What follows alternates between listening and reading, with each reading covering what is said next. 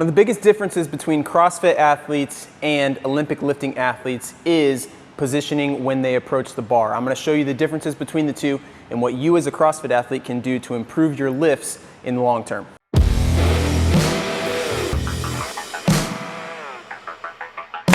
What's up, team? Quick one today. We're going to talk about the relationship between your head position and your torso angle when setting up for an Olympic lift. Today we're especially going to look at the snatch position.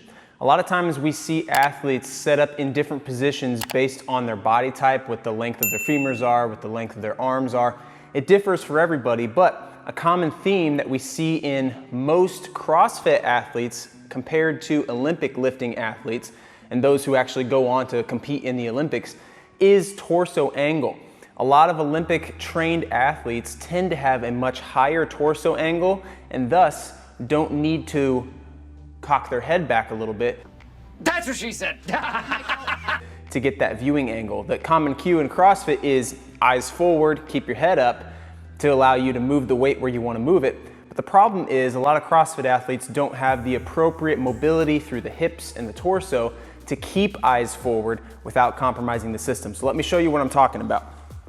When we set up on the barbell, a lot of times, especially with the snatch, the first mistake we see is that people load their hip flexors a little bit too soon.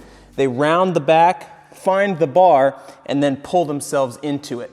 This creates a problem in the system where we load the tissues in an unorganized fashion. It's the syntax of how we put things together. The pieces and the order in which those things go matter. If you want a little bit more on that, go ahead and click on this video up above. But with CrossFit athletes, the common cue of setting up in your position and looking forward creates this little kink in the hose of our body system that is the spinal cord.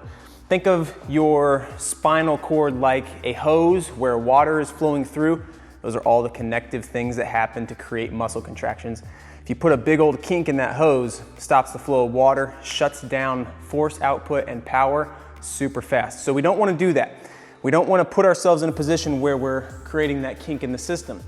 The reason that Olympic athletes can get away with it is because their setup position is such that they're much lower and that torso angle is much higher, so they can keep their eyes forward before they start the lift.